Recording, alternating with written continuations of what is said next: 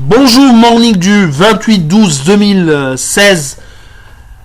Alors, au menu du morning, commentaires marché, quelques actualités macro essentiellement. Et je cède la parole à Bassem pour le commentaire marché.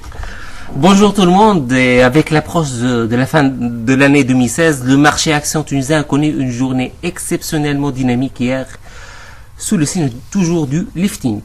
Il est clair que la plupart des investisseurs veulent passer de bonnes vacances de la Saint-Sylvestre. Le volume des échanges s'est envolé pour s'établir à plus que 16 millions de dinars, mais grâce à deux applications sur le titre annibalise de 573 983 titres chacune. On comprend clairement maintenant pourquoi le cours s'est enflammé durant la semaine dernière. La meilleure performance était l'œuvre des Simon de Bizerte, plus 4,5% avec une réservation à la hausse, devant Wifaq International Bank, plus 3% et Tunisie Leasing, plus 3%.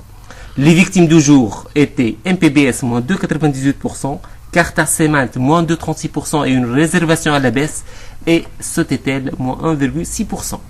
Le taux d'index a gagné 0,06%. Les 5500 points restent un objectif encore réalisable, même si les fortes pressions sur les grandes capis peuvent entraver une telle performance.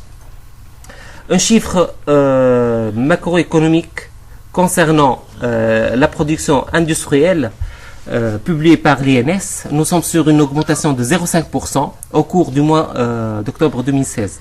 Selon l'INS, cette augmentation est due essentiellement à la hausse de la production de l'industrie extractive de 1,3%. La production de l'industrie manufacturière a augmenté également de 0,3% suite à la hausse de la production de l'industrie agroalimentaire de 1,7%. L'industrie de la fabrication d'autres produits minéraux non métaux a progressé de 4,6%.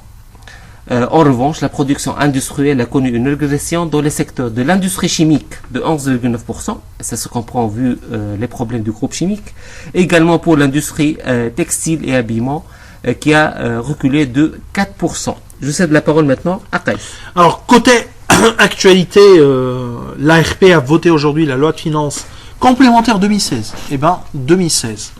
Maintenant, place à une loi de finances complémentaire 2017. C'est un fait, loi de finances complémentaire 2017. Hein. Le président de la commission des finances, l'ARP, a déjà fait signe ce matin sur les ondes de Express FM. À ce rythme, nous ne voyons pas de concurrent pour la Tunisie pour entrer le Guinness Book sur la base du nombre de lois de finances votées sur 5 ans. À un chiffre record. Alors, demain, on vous donnera quelques chiffres agrégés à travers notre base Alpha MENA sur l'année 2016, notamment les dividendes versés par les sociétés, total impôt payé par les sociétés, total chiffre d'affaires ou revenus agrégés. Tous ces chiffres, nous vous donnerons un peu les chiffres de l'année 2016. Alors nous vous remercions. Et on vous souhaite bonne journée. Au revoir, à demain.